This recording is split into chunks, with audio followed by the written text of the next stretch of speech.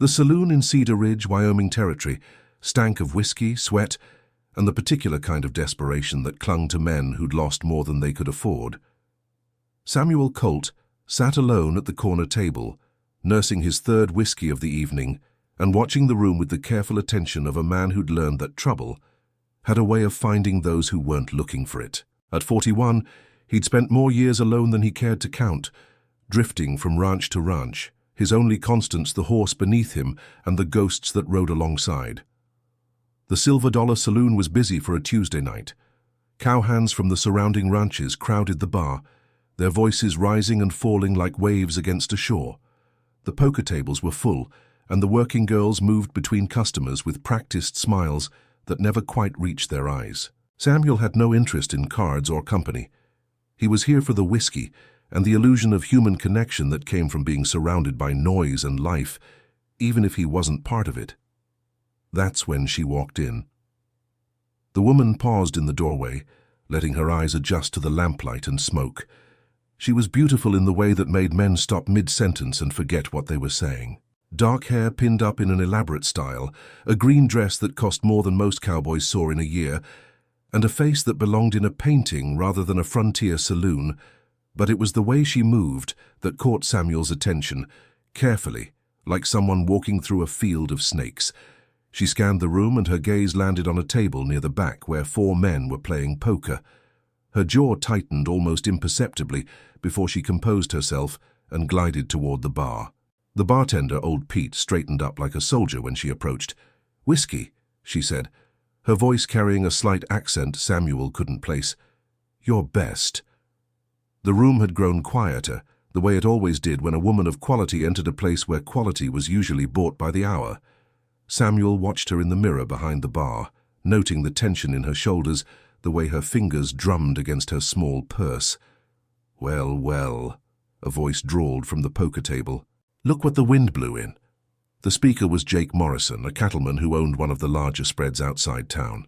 He was the kind of man who wore his cruelty like other men wore cologne, and his 3 companions, his foreman and 2 hands, laughed on cue. The woman didn't turn. She accepted her whiskey from Pete and took a small sip, her hand steady. Morrison stood, his chair scraping against the floor. "Ain't you gonna say hello, Lillian, after all we've been through?" Now she turned, and Samuel saw her face clearly for the first time. Beautiful, yes, but there was something else there, a hardness around the eyes, a set to her mouth that spoke of difficult choices made and lived with. "Mr. Morrison," she said coolly, "I have nothing to say to you." "That's not what you said last month," Morrison grinned, and his men chuckled again. "When you were begging me for more time on that loan." "Which I paid," Lillian said, "in full. Our business is concluded." "See, that's where you're wrong." Morrison moved closer, and Samuel noticed how other patrons began to edge away, clearing a space around them. "A woman like you, trying to run a ranch alone, it ain't natural. You need a man's guidance." "I need nothing from you," Lillian said, but Samuel heard the tremor beneath the brave words. Morrison reached out and grabbed her wrist. "Now don't be unfriendly. We're just talking." That's when Samuel stood up. He told himself he wouldn't get involved, had made a career of minding his own business. But something about the scene, the woman's controlled fear, Morrison's casual cruelty, the way everyone else was carefully looking elsewhere, tripped some old wire in him. Maybe it was the whiskey, maybe it was the loneliness. Maybe it was just that he was tired of watching bad men do bad things while good people suffered. "Lady said your business was done," Samuel said, his voice cutting through the saloon noise like a blade. Morrison turned, still holding Lillian's wrist. "This ain't your concern, stranger." Samuel moved closer, his hand resting easy on the Colt 45 at his hip. "I'm making it my concern. Let her go." The saloon had gone dead quiet now. Morrison's men had stood up, hands hovering near their guns. Samuel did a quick count, 4 of them, plus Morrison. Not great odds, but he'd faced worse. "You know who I am?" Morrison asked. "Don't much care," Samuel replied. "All I know is you're hassling a lady who wants to be left alone. Where I come from, that makes you a coward." Morrison's face flushed red. He released Lillian's wrist and faced Samuel fully. "You're either drunk or stupid, cowboy. I own half this town." Then you can afford to buy your drinks somewhere else, Samuel said. Take your boys and go. Or what? Samuel smiled, and it wasn't a pleasant expression. Or we find out how fast you really are. The moment stretched like taffy. Samuel could feel the crowd holding its breath, waiting to see who would blink first. He kept his eyes on Morrison but tracked the other men in his peripheral vision. The foreman looked eager, the two hands nervous. Morrison himself was calculating, trying to decide if his reputation was worth the risk. Finally, Morrison laughed, but there was no humor in it. You just signed your death warrant, Cowboy. Come on, boys. Let's leave the hero to his lady. They filed out, Morrison pausing at the door to look back. This ain't over, not by a long shot. When they were gone, the saloon slowly came back to life.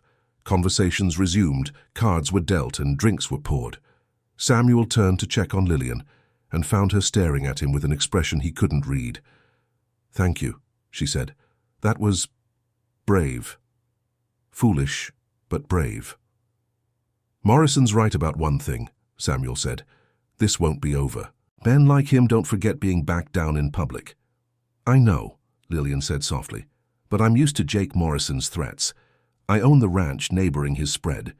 He's been trying to force me out for 2 years, ever since my husband died. I'm sorry for your loss, Samuel said automatically. Something flickered in her eyes. Don't be. Howard was... It's complicated. May I buy you a drink? It's the least I can do.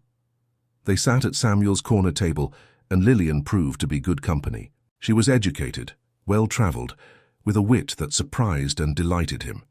She told him about her struggle to keep the ranch going, the challenges of being a woman in a man's world, the constant pressure from Morrison to sell. Why does he want your land so bad? Samuel asked. Water rights, Lillian said. My property controls access to Sweetwater Creek. Without it, his expansion plans are dead in the water, so to speak. They talked until the saloon began to empty. Samuel found himself relaxing in a way he hadn't in years.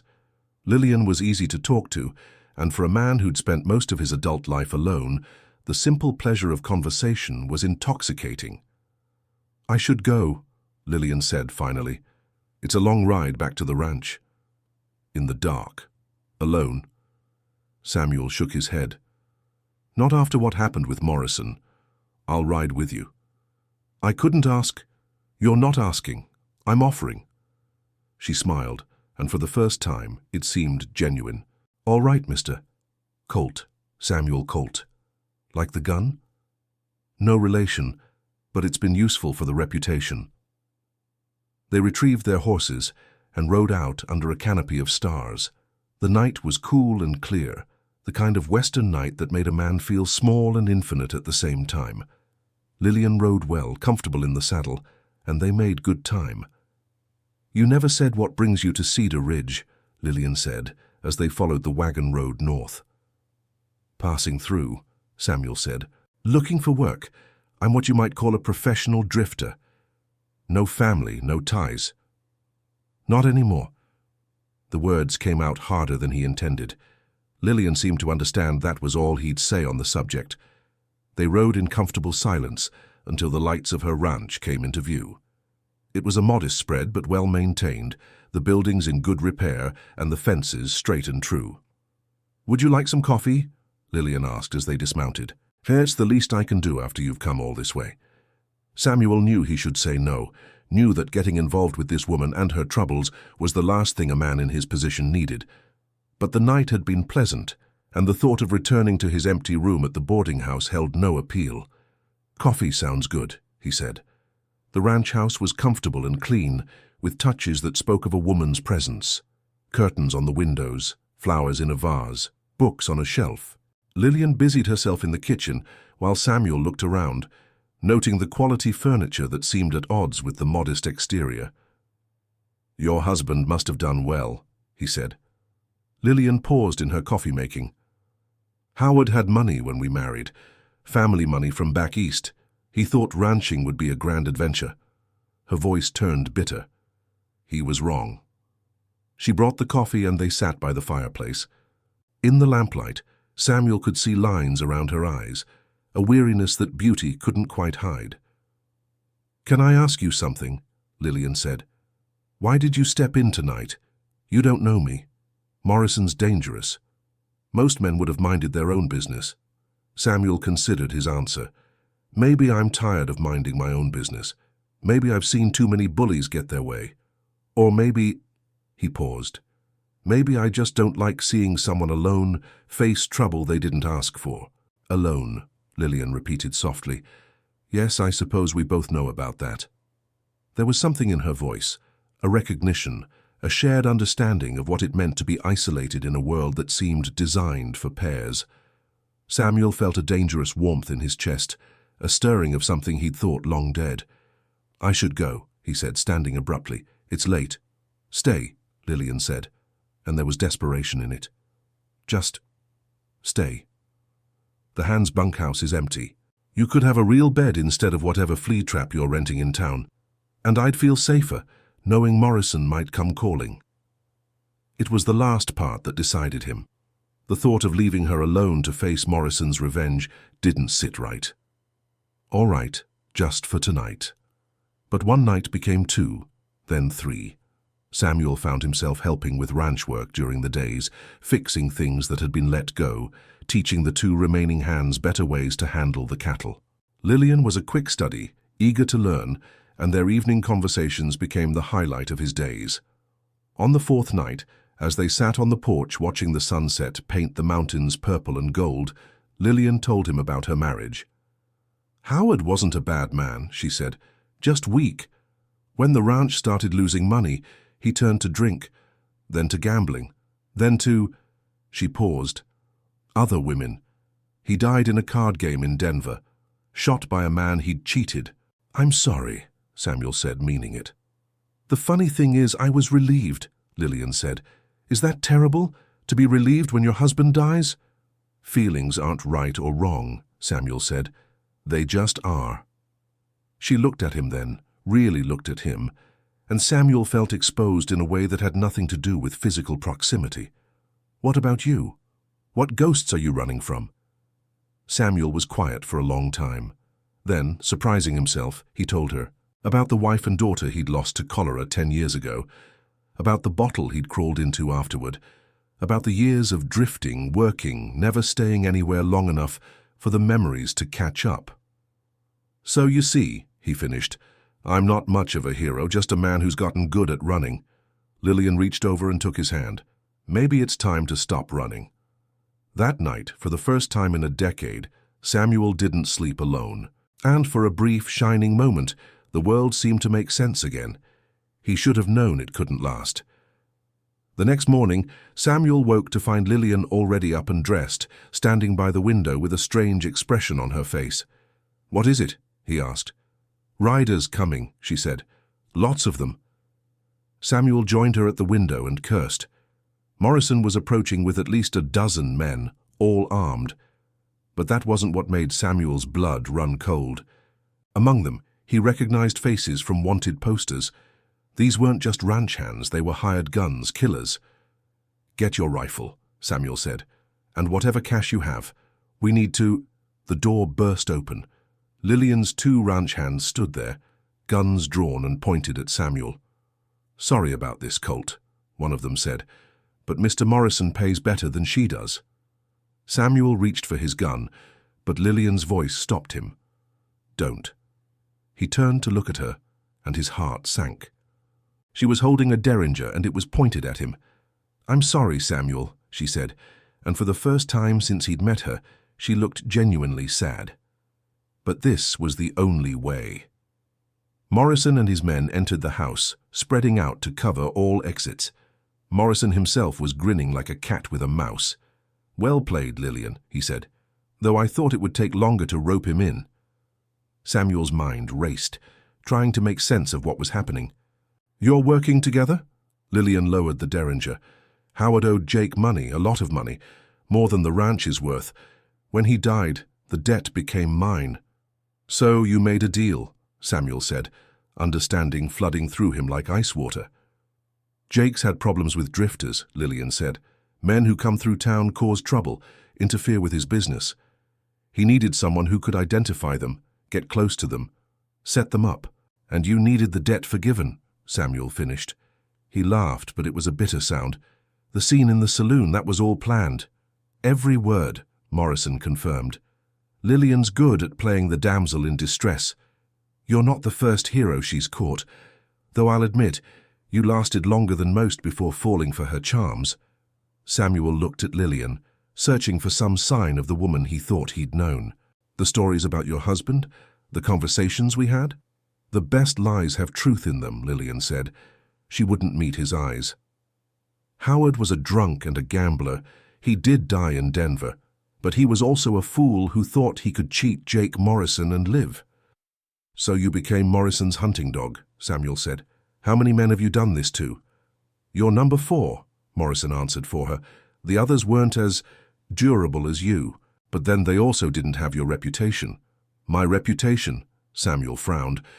Morrison pulled out a wanted poster from his jacket. Samuel's younger face stared back at him. "Samuel Colt, wanted for murder in Kansas, $5,000 reward." He smiled. "Did you really think you could just drift into my town and play hero?" Samuel's jaw tightened. "That was self-defense. They killed my family." "The law didn't see it that way," Morrison said. 5 men dead. That's a hanging offense, no matter the reason." "So what now?" Samuel asked. "You turn me in for the bounty?" "Oh, no," Morrison said. "See, I've got a different use for a man of your talents. You're going to work for me now. Do what I say when I say it, starting with eliminating some competition I've been having trouble with." "Go to hell," Samuel said flatly. Morrison nodded to one of his men, who stepped forward and slammed a rifle butt into Samuel's stomach. Samuel doubled over, gasping. "You'll come around," Morrison said. "They always do. Take him to the old mine shaft. Let him think about his options for a few days without food or water. Amazing how flexible a man's morals become when he's dying of thirst." As they dragged him out, Samuel caught Lillian's eye one last time. "Was any of it real?" he asked. For just a moment, her mask slipped. "The loneliness was real," she said quietly. "The rest—" "I'm sorry, Samuel. I truly am." "Save your apologies," Samuel spat. "You're worse than Morrison. At least he's honest about what he is." They threw him in the abandoned mine shaft 5 miles from the ranch. It was little more than a hole in the ground with rotting support beams, maybe 15 feet deep. They took his guns, his boots, everything but his clothes. Morrison stood at the edge, silhouetted against the sky. 3 days, he called down. "That's how long it takes most men to break. Course, you might last 4. Either way, when we pull you up, you'll be begging to do whatever I want." They left him there in the dark.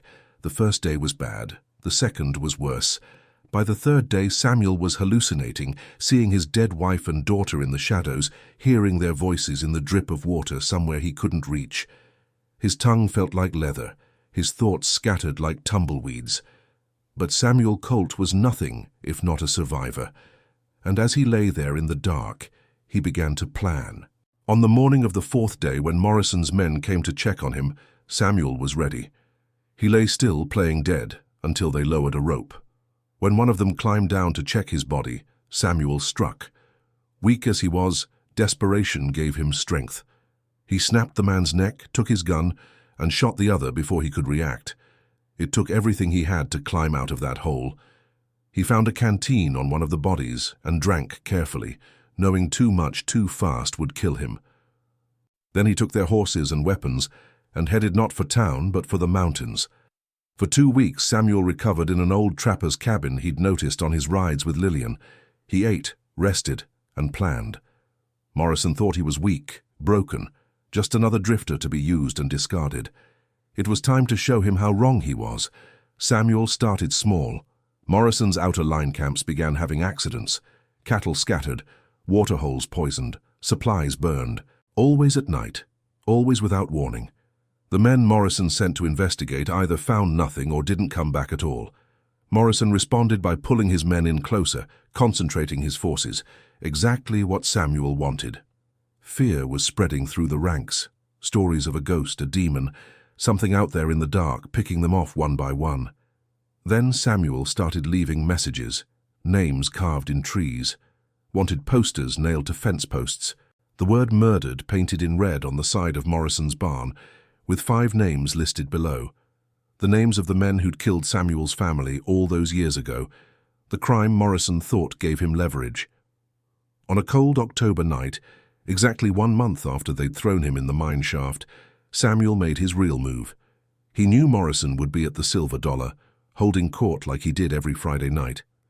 But Samuel wasn't interested in Morrison. Not yet. He went to Lillian's ranch instead. He found her alone, sitting by the same fireplace where they'd shared coffee and secrets. She looked up when he entered, and her face went white. "Hello, Lillian," Samuel said quietly. She stood slowly, her hand moving toward the drawer where he knew she kept the derringer. "Don't," Samuel said. "I'm not here to hurt you." "Then why?" Her voice was barely a whisper. "To give you a choice," Samuel said. He pulled out a piece of paper and set it on the table. "This is a confession. Everything. Howard's death, Morrison's schemes, your part in it. Sign it and you can leave. Tonight. Take whatever you can carry and never come back." "And if I don't?" Samuel's eyes were cold as winter stone. "Then you'll share Morrison's fate. You're going to kill him." It wasn't a question. "He's already dead," Samuel said. "He just doesn't know it yet." Lillian sank back into her chair. "I never wanted this, any of it. When Howard died, I thought I could manage. But the debt? Morrison owned everything. He gave me a choice, work for him or lose the ranch, and worse." "There's always a choice," Samuel said. "You just didn't like the options." "Easy for you to say," Lillian flared. "You're a man. You can drift from town to town, work where you please. What was I supposed to do, become a saloon girl, a laundress? I was raised for better than that." "So instead you became bait," Samuel said, "luring men to their doom for Morrison's money." Lillian was crying now, silent tears rolling down her cheeks. "I told myself they were all criminals, wanted men, that I was helping clean up the territory." "And what told yourself about me?" Samuel asked. "When we sat on that porch, talking about loneliness and loss, when you took me to your bed." "That was—" Lillian paused, wiping her eyes. "That was the first real thing I'd felt in years. I almost warned you, almost told you to run. But I was a coward." Samuel studied her for a long moment. Then he pushed the confession closer. "Sign it. Leave. Start over somewhere Morrison's name means nothing. It's more mercy than you showed me." With shaking hands, Lillian signed the paper. "What about you? Morrison has 20 men. You can't face them all." "Watch me," Samuel said. He turned to leave, then paused. "That night, when you asked why I helped you in the saloon, the real reason was you reminded me of my daughter. The way she might have looked if she'd lived, if she'd grown up." His voice turned hard. "I'm glad she didn't. Glad she never had to learn what people are really capable of." He left Lillian sobbing by the fireplace and rode toward town. Behind him, he could see her loading a wagon, preparing to flee. He'd given her more than she deserved, but Samuel had learned long ago that revenge was like whiskey, best served carefully, or it would poison the one pouring as surely as the one drinking. The Silver Dollar was packed when Samuel walked in. Morrison was at his usual table, surrounded by his men. The room went silent when they saw him, conversations dying mid-word. Samuel looked like death warmed over, gaunt, bearded, his clothes dusty and torn, but his eyes were alive with purpose. "Well, well," Morrison said, recovering first. "The ghost returns. Boys, seems our friend is harder to kill than we thought." "Jake Morrison," Samuel said, his voice carrying to every corner of the room. "I'm calling you out, you and me, right now in the street." Morrison laughed. "You think this is some dime novel? I've got 20 men here. What's to stop me from having them gun you down where you stand?" "This," Samuel said, and tossed something on the table. It was a marshal's badge. "Came in on the evening stage. Seems the territorial governor got tired of hearing about the great Jake Morrison and his hired killers, especially after he received some very interesting documents about murdered drifters and intimidated landowners." Morrison's face went pale. "You're bluffing." "Am I?" Samuel smiled. "Go ahead. Have your men shoot a federal marshal in front of 50 witnesses. See how that works out for you." The room had started to shift. Morrison's men were looking at each other, calculating odds and consequences. A federal badge changed everything. Killing a drifter was one thing. Killing a lawman was a hanging offense, no matter who you worked for. "This is between you and me," Morrison said finally. "These men are just earning a living." "Then let's settle it," Samuel said. "You and me. Winner walks away. Loser doesn't." Morrison stood slowly. He was still confident. He'd won dozens of gunfights, built his empire on the speed of his draw. But Samuel could see the uncertainty creeping in. The story had flipped. Morrison was no longer the puppet master pulling strings. He was just another bully facing consequences. They walked out into the street, the crowd following at a safe distance. Word spread quickly, and people appeared in doorways and windows. The whole town, it seemed, wanted to see how this would end. The two men faced each other in the dusty main street, 20 paces apart. The moon was full, providing plenty of light for what was to come. "Any last words?" Morrison asked, settling into his stance. "Just one question," Samuel said. "Was it worth it? All the men you've killed, all the lives you've ruined? Was it worth it for a few more acres and dollars?" "Every damn penny," Morrison said, and went for his gun. He was fast, faster than Samuel had expected. But Samuel had spent a month in the darkness planning for this moment, visualizing it, preparing for it, and he had something Morrison didn't, the absolute certainty of a man with nothing left to lose. 2 shots rang out, so close together they sounded like one. Morrison's bullet whined past Samuel's ear. Samuel's took Morrison in the chest, spinning him around before he fell face first in the dust. For a moment, nobody moved. Then Morrison's men began to melt away, disappearing into the night like the rats they were. Without Morrison to pay them, to protect them, they were just hired guns in a town that suddenly had law. Samuel walked over to Morrison's body and turned it over. The man was still alive, but not for long. Blood bubbled from his lips as he tried to speak. "The badge," he wheezed. "Was it real?" Samuel pulled out the marshal's badge and looked at it. "Found it on one of the men you had thrown me in that mine. Figured he wouldn't need it anymore." Morrison actually laughed, a wet, horrible sound. "Played me with my own tricks." "The difference between us," Samuel said, kneeling beside the dying man, "is I know what I am. A killer. A man outside the law. I've got no illusions about that. But you? You thought money and power made you righteous. Thought you could buy and sell people like cattle. What about Lillian?" Morrison asked. "Gone," Samuel said. "Probably halfway to California by now. Her confessions with the territorial governor, along with a full account of your operations. Your empire dies with you." Morrison's eyes were glazing over. "You think you're better than me?" "No," Samuel said honestly, "but I'm done pretending otherwise." Morrison died there in the street, his blood soaking into the dust. Samuel stood, suddenly feeling every one of his 41 years. The crowd was still watching, uncertain what came next. "It's over," Samuel called out. "Morrison's dead. His men are scattered. Anyone who worked for him would be wise to be gone by sunrise." He walked back into the saloon and ordered a whiskey. People gave him a wide berth, but he could hear the whispers starting. By morning, the story would have grown in the telling. The mysterious drifter who'd brought down Jake Morrison, the man who'd survived being buried alive. The ghost of justice, some would probably call him. Samuel finished his drink and left money on the bar. Outside, he collected his horse and the supplies he'd hidden earlier. It was time to move on. Cedar Ridge would heal without Morrison's poison, but it wasn't his place to see it. He was what he'd always been, a drifter, a man between worlds, too damaged to stay, but too stubborn to quit. As he rode out of town, Samuel thought about Lillian. He hoped she'd find whatever peace was available to someone who'd made her choices. He thought about Morrison, already growing cold in the street. Mostly, though, he thought about the month he'd spent in darkness, the revenge he'd planned and executed. It hadn't brought him peace, hadn't filled the hole in his chest where his family used to be, but it had reminded him of something important, that there were still things worth fighting for, even for a broken man. Justice, maybe, or just the simple idea that the strong shouldn't prey on the weak without consequence. The mountains loomed before him, black against the star-filled sky.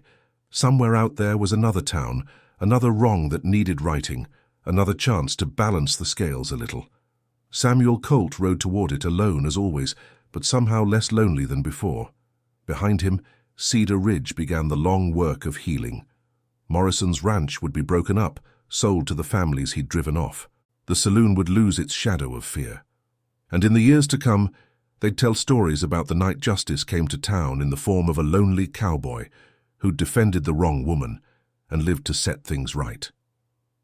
The truth, as always, was more complicated. There were no heroes in the story, just different shades of grey making choices in a hard world.